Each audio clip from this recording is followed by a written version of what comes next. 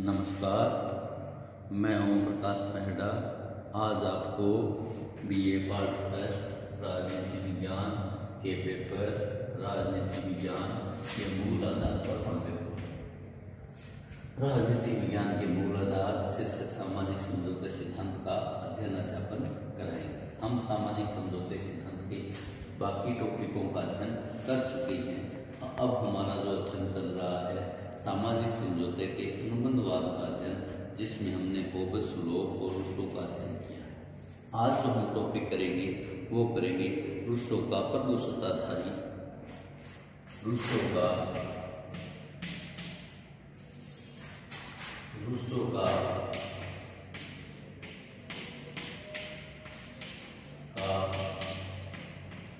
प्रभुसत्ताधारी एवं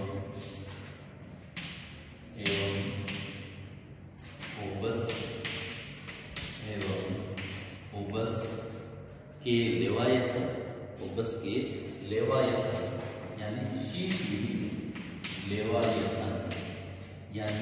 शीश विहीन सिद्धांत। आज जो हम अध्ययन कर रहे हैं रूसो के प्रभुसत्ताधारी और होबस का लेवायथन अर्थात शीश विहीन बिना शीश का सिद्धांत, शीश विहीन सिद्धांत का अध्ययन करेंगे। होबस, लॉक और रूसो तीनों ने समझौतावादी विचारों का हम तुलनात्मक अध्ययन किया था। हमने अंतर पूर्व वीडियो में किया था। हम तीनों का अंतर करते हैं, तीनों का तुलनात्मक अध्ययन करते हैं तो हमें होबस और लॉक के सिद्धांत पूर्णतः विपरीत दिखाई देते हैं। होबस और लॉक के सिद्धांत पूर्णतः विपरीत दिखाई देते हैं और रूसो सामाजिक समझौते के तहत होबस और लॉक से समन्वय करने का प्रयत्न करता है। वो ऐसे सिद्धांत की कोशिश करता है जिसके द्वारा होबस और लॉक के सिद्धांत से समन्वय किया जा सके। इस प्रकार रूसो के विचार कहीं होबस से मिलते हैं और कहीं लॉक से मिलते हैं। रूसो के विचार कहीं तो होबस से मिलते हैं, कहीं लॉक से मिलते हैं। होबस और रूसो का प्रभुसत्ता संबंधी सिद्धांत बहुत कुछ सीमा तक एक है। होबस और रूसो का जो प्रभुसत्ता संबंधी सिद्धांत है, प्रभुसत्ता संबंधी जो सिद्धांत है वो एक जैसा सा लगता है। सामान्यतः इच्छा के जो लक्षण बताए गए, सामान्यतः देखो रूसो ने क्या बताया, सामान्य इच्छा। रूसो ने क्या बताया, सामान्य इच्छा। और होबस ने क्या बताया, प्रभुसत्ता। तो इन दोनों की जब हम तुलना करते हैं, दोनों का हम अध्ययन करते हैं, दोनों को हम समझने की कोशिश करते हैं तो वो लक्षण वैसे के वैसे हैं जैसे होबस के संप्रभु के लक्षण है, संप्रभु राज्य के लक्षण है। अंतर केवल इतना है कि होबस का जो संप्रभु है वो मानव देव है। होबस ये कहता है संप्रभुता का लक्षण मानव द्वारा किया गया, जबकि रूसो का संप्रभु लक्षण है वो सामान्य इच्छा को मानता है कि व्यक्ति आदर्श इच्छा को छोड़कर यथार्थ इच्छा को छोड़कर आदर्श इच्छा ग्रहण कर लेता है। इसलिए वहान मुद्दे है, वहान नामक एक राजनीतिज्ञ है, उनका कथन है कि यदि होबस के मानव देह का शीश काट दिया जाए, अगर होबस का जो प्रभुसत्ता है या मानव विहीन सिद्धांत है या लेवायथन है, लेवायथन का शीश काट दिया जाए तो रूसो की सामान्य इच्छा होगी, यानी अहंकार, लोभ, लालच वाली बातें खत्म हो जाती है तो रूसो की सामान्य इच्छा हो जाती है। फिर भी हमने पूर्व में अध्ययन किया, वर्तमान में हम जो देख रहे हैं होबस और रूसो के प्रभुसत्ताधारी में समानता है। होबस और लेवायथन समानता है। इन दोनों सिद्धांतों में समानताएं क्या है? जैसा आपने बताया, लेवायथन में अगर शीश उसका काट दिया जाए प्रभुसत्ता का तो रूसो का सामान्य लक्षण आ जाता है, रूसो का सामान्य लक्षण आ जाता है।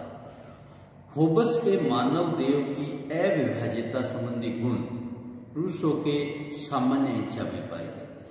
पहली जो गुण है, पहला जो विशेषता है होबस की मानव देव की अविभाज्यता, होबस की मानव देव की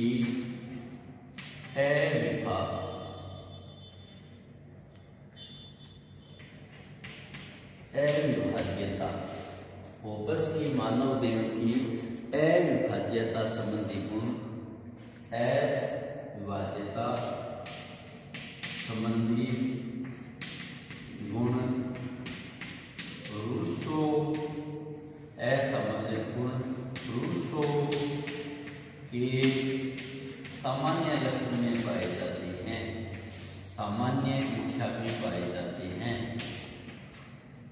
सामान्य इच्छा में पाए जाते हैं। पहली समानता हमारी क्या है कि होबस की जो मानव देव की अविभाज्यता का गुण है वो रूसो के सामान्य लक्षण में पाया जाता है। दूसरा है होबस की प्रभुसत्ता की भांति रूसो की सामान्य इच्छा भी अस्थानांतरणीय है। दोनों होबस की प्रभुसत्ता और वह रूसो का क्या है, रूसो का क्या है सामान्य लक्षण या सामान्य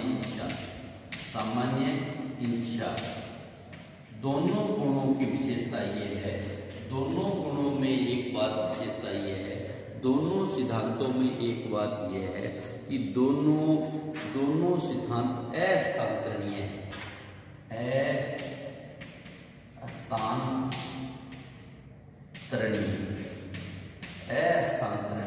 दोनों गुण अस्थानांतरणीय है। तीसरा कहता है होबस की भांति रूसो की प्रभुसत्ता भी स्थायी है। तीसरों में दोनों गुण हैं, प्रभुसत्ता संप्रभुता स्थायी होती है, दोनों में ही संप्रभुता स्थायी है। होबस के प्रभुसत्ता में, होबस के लेवायतन में, रूस के सामान्य इच्छा में, दोनों में प्रभुसत्ता समान होती है। चौथा है स्थायी होती है। चौथा है रूसो के सामान्य इच्छा का विश्लेषण करते हैं तो होबस की संप्रभुता की एक विशेषता पाई जाती है, वह एकता। दोनों में एक गुण और क्या है, दोनों में एकता पाई जाती है। दोनों में अगर हम रूसो के सामान्य लक्षण की गुण की विशेषता करते हैं तो हमें बात एक निश्चित बात हो जाती है, एक बात हमें समझ में आ जाती है कि रूसो की होबस की प्रभुसत्ता में भी यह विशेषता पाई जाती है, वह समानता। रूसो भी होबस की भांति एक समझौते की चर्चा करते हैं जिसके फलस्वरूप राज्य तथा समाज दोनों उत्पन्न होती है। तो यह लोक की भांति दो समझौते की चर्चा नहीं करते, दोनों समझौते की बात करते हैं। कौन कौन, होबस और लोक, दोनों में समझौते में समानता है। दोनों फर्क से इतना ही है कि होबस का जो समझौता उसमें दो राज्यों की बात की गई है और रूसो के समझौते में दो राज्य की बात नहीं की गई है। पांचवा है सामान्य इच्छा है वो न्याय की इच्छा कहता है, इस बात का प्रतिपादन करता है प्रभुसत्ता भी सदैव न्याय के लिए। छठा उनका सिद्धांत है, छठी समानता है न्याय की, यानी दोनों सिद्धांत न्यायप्रिय है, प्रभुसत्ता भी न्यायप्रिय है और रूसो का सामान्य इच्छा भी न्यायप्रिय है। इसके अतिरिक्त सबसे बड़ी समानता यह है रूसो में सामाजिक समझौते में व्यक्ति के समान व्यक्ति तथा समझ शक्तियों का निर्माण होता है। समझौते के परिणाम सामान्य इच्छा उतनी ही निर्कुश है जितनी होबस का लेवायतन, यानी दोनों का एक है, एक समानता और दोनों में निर्कुश, यानी प्रभुसत्ता सामान्य इच्छा भी हमारी निर्कुश है और होबस का लेवायतन भी हमारा निर्कुश है, इस पे भी अंकुश नहीं लगाया जा सकता। नेक्स्ट हम करते हैं होबस और रूसो में भेद। होबस और रूसो में भेद, ये तो समानता ही है। होबस और रूसो में भेद से पहले एक बार हम समानता की बात कर देते हैं। एक बार हम समानता को समझने की कोशिश कर लेते हैं कि होबस ने मानो दोनों में सामान्य इच्छा, दोनों में अविभाज्य है, दोनों असंतुलित है, दोनों की प्रभुसत्ता स्थायी है, दोनों में एकता पाई जाती है, दोनों समझौते का परिणाम है, दोनों समझौते न्याय के लिए है, दोनों निर्कुश है। विविधताएं हैं वो दो प्रकार की है। होबस के अनुसार व्यक्ति शक्तियों का समर्पण एक व्यक्ति एक समूह है के प्रति करता है और संविदा का कोई पक्ष नहीं होता, जिसमें संविदा नहीं होती। किंतु रूसो के अनुसार शक्तियों का समूह समाज को समर्पित करता है। होबस तो क्या करता है? होबस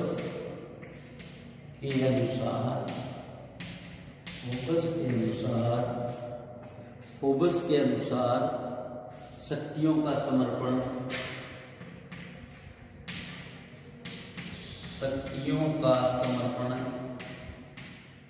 होबस के अनुसार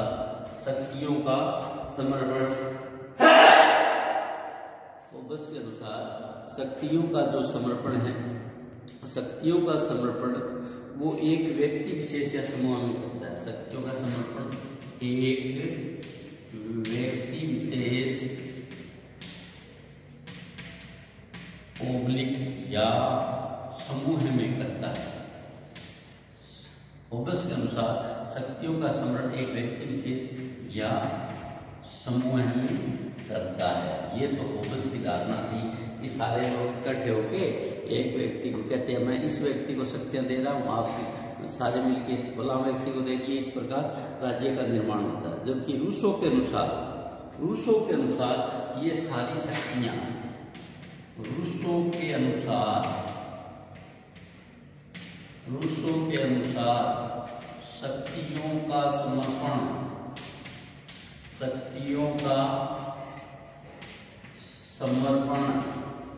रूसों के अनुसार शक्तियों का समर्पण समाज में होता है।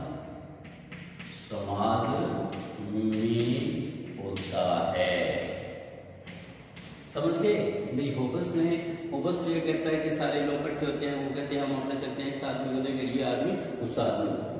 जबकि रूसों के जो सामान्य इच्छा सिद्धांत है उसमें यथार्थ और वास्तविक इच्छाएं होती है। वास्तविक इच्छाएं समाज की होती है और यथार्थ इच्छाएं मानव की होती है। मानव अपनी इच्छा को छोड़कर यथार्थ इच्छा अपना लेता है, उसके परिणाम सामान्य इच्छा का निर्माण होता है, यानी अपनी शक्तियों का समर्पण समाज को करता है। दूसरा जो इसमें अंतर है, सबसे बड़ी बात, दोनों की संप्रभुता का महत्वपूर्ण अंतर ये है। होबस में संप्रभुता विधायी कार्यपालिका पर दोनों शक्तियों पर दी जाती है, इसलिए यह निर्कुश है और प्रजातंत्र दास है। किंतु रूसों का संप्रभुता समाज की विधायी शक्तियों का प्रयोग करता है, कार्यपालिका शक्तियों को सरकार को सौंप देता है, जो कि उसका विपरीता रोचक है। इसलिए रूसों की संप्रभुता संपन्न राज्य और सरकार में भेद है, भोगों में दोनों तदनुरूप है। यानी संप्रभुता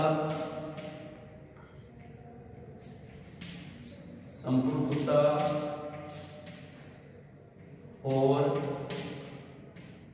राज्य एक ही है, जबकि किसके अनुसार? रूसों के अनुसार।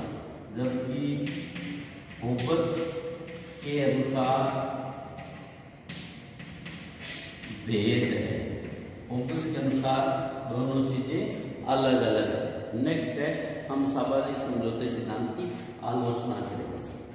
सामाजिक जो तीनों का सामाजिक समझौता है अनुबंधवाद, सामाजिक समझौते सिद्धांत की आलोचना, सामाजिक समझौते सिद्धांत की आलोचना। हम तीसरे में क्या करेंगे? सामाजिक समझौते सिद्धांत की आलोचना करेंगे। बहुत सारी समानताएं, बहुत सारी आलोचनाएं, बहुत सारी चुनौतियां, बहुत सारे अंतर होने के बाद भी इसकी आलोचनाएं भी की गई है। आलोचनाओं में हमारा पहला नंबर पॉइंट है ऐतिहासिक आधार। ऐतिहासिक आधार यानी हमने इतिहास के अध्ययन द्वारा हम इनकी आलोचना किस प्रकार से कर सकते हैं। इसमें नंबर आता है समझौता ऐतिहासिक समझौता अनऐतिहासिक।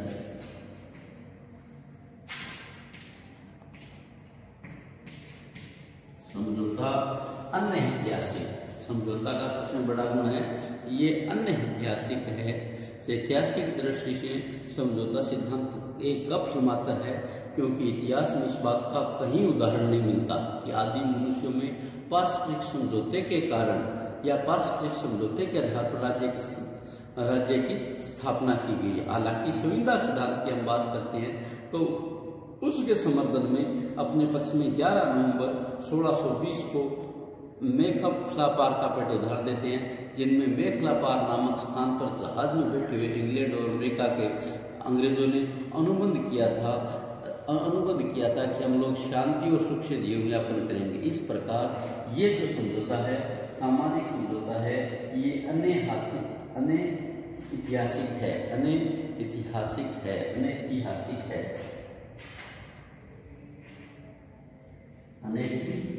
है।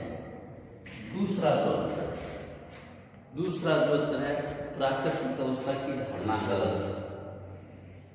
प्राकृतिक अवस्था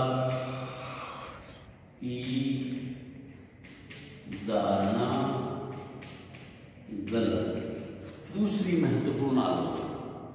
दूसरी आलोचना यह है, सामाजिक समझौते सिद्धांत में मानवीय इतिहास को प्राकृतिक अवस्था, सामाजिक अवस्था इस प्रकार के 2 कालों में बांटा है। एक ऐसी अवस्था कल्पना करता है जिसके अंतर्गत राज्य, समाज व राज्य नहीं था, किंतु ऐतिहासिक दृष्टि में इस काल विभाजन में नितांत असत्य है। ऐतिहासिक दृष्टि में इस प्रकार का कोई घटनाक्रम नहीं है। इतिहास में कहीं भी ऐसी अवधारणा का उदाहरण नहीं मिलता है जब मानव संगठन विहीन अवस्था में रहता हो। नंबर 3 है राज्य विकास का परिणाम निर्माण। तीसरी जो हमारी आलोचना है ऐतिहासिक दृष्टि से, राज्य विकास का परिणाम,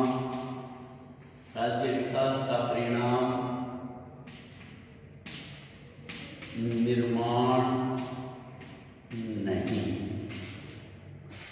सामाजिक समझौते सिद्धांत के अनुसार राज्य का निर्माण किया गया है, जबकि ऐतिहासिक दृष्टि से इसकी आलोचना करते हैं तो एक बात स्पष्ट होती है, इस इतिहास के अनुसार राज्य और इस प्रकार के अन्य मानवीय संस्थाओं का विकास हुआ है, निर्माण नहीं। इतिहास यह कहता है कि इनका विकास धीरे धीरे हुआ है, निर्माण नहीं हुआ है। स्वभाव से सामाजिक प्राणी होने के नाते मनुष्य आरंभ में परिवारों में, फिर छोटे छोटे कुलों में, फिर कबीलों में, फिर जनपदों में, फिर राज्यों में संकीर्ण हुआ। इस प्रकार इस सामाजिक समझौते को इस बात को स्वीकार नहीं किया जा सकता कि राज्य का किसी विशेष समय निर्माण हुआ है।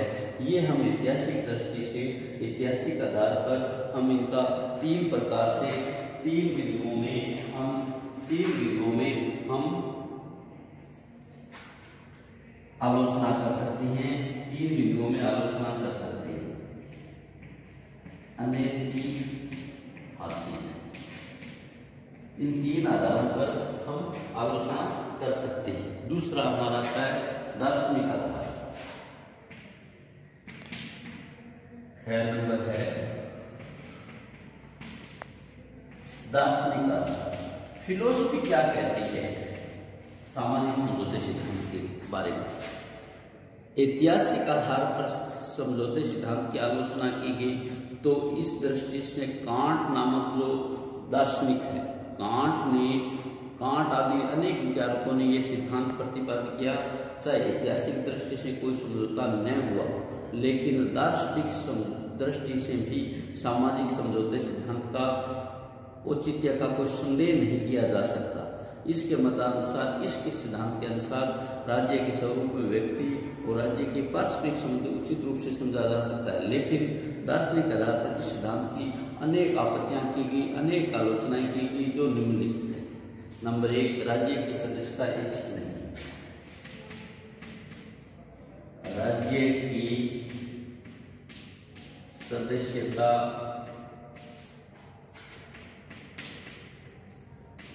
ऐच्छिक सदस्यता ऐच्छिक नहीं। इस सिद्धांत के अंतर्गत राज्य को एक संगठन के रूप में चित्रित किया गया जिसकी सदस्यता ऐच्छिक हो, किंतु राज्य की सदस्यता ऐच्छिक नहीं है वरना अनिवार्य है। यानी जो सामाजिक समझौता है वो कहता है कि राज्य की सदस्यता ऐच्छिक हो, किंतु दार्शनिक समझौता ये कहता है कि राज्य की सदस्यता ऐच्छिक नहीं अनिवार्य होती है। व्यक्ति उसी प्रकार राज्य के सदस्य होते हैं जिस प्रकार के परिवार के। यदि एक क्लब या व्यापारिक संस्था की तरह संस्था बनाया गया संगठन होता तो व्यक्ति को ये स्वतंत्रता होती, वह जब तक चाहे तब तक उसमें शामिल हो जाए, जब तक चाहे वह उससे अलग हो जाए। नंबर 2, राज्य और व्यक्ति के संबंधों की अनुचित व्याख्या। राज्य और व्यक्ति के संबंधों की अनुचित व्याख्या।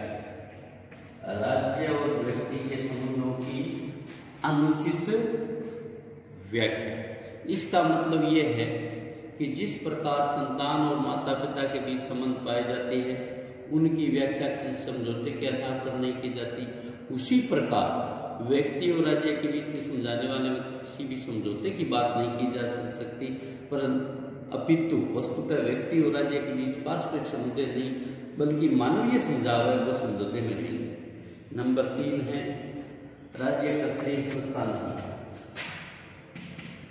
राज्य कृत्रिम संस्था नहीं। दार्शनिकों के अनुसार राज्य कृत्रिम संस्था नहीं है, जैसा कि सामाजिक समझौते में बताया गया। आज हम यहाँ तक ही करेंगे। एक बार पुनः देख लेते हैं समानताएं इसकी लिंगों में अवश्य मानव जातीय वर्ग प्रभु सत्ता के दोनों में सिद्धांत हस्तांतरणीय है, संपूर्णता दोनों में स्थायी है, एकता पाई जाती है, समझौता होता है, न्यायप्रिय होता है। हम इनको भेद करते हैं तो भेद में क्या है, एक होबस के अनुसार एक व्यक्ति अपने समूह को शक्तियों का हस्तांतरण करता है, जबकि रूसो के अनुसार शक्तियों का समर्पण समाज में होता है। दूसरा समाज और राज्य एक ही है, जबकि होबस के अनुसार भेद। सामाजिक समझौते सिद्धांत की आलोचना कई आधारों पर की गई है, किंतु हम यहाँ एक के आधार पर ले रहे हैं। ऐतिहासिक आधार समझौता अन्य ऐतिहासिक है, प्राकृतिक अवस्था भी इसकी धारणा गलत है, राज्य विकास का परिणाम है। दार्शनिक आधार पर हम 3 की याद करेंगे, बाकी कल करेंगे। राज्य की सदस्यता ऐच्छिक नहीं है, राज्य और व्यक्तियों के संबंध अनुचित व्याख्या है, राज्य कृत्रिम संस्था है। घर में रहिए अभी तक, जब तक कोरोना की दवाई नहीं आ रही है तब तक बचाव ही उपचार है, इसलिए घर से निकलते समय मास्क पहने और 2 गज की दूरी रखें। धन्यवाद।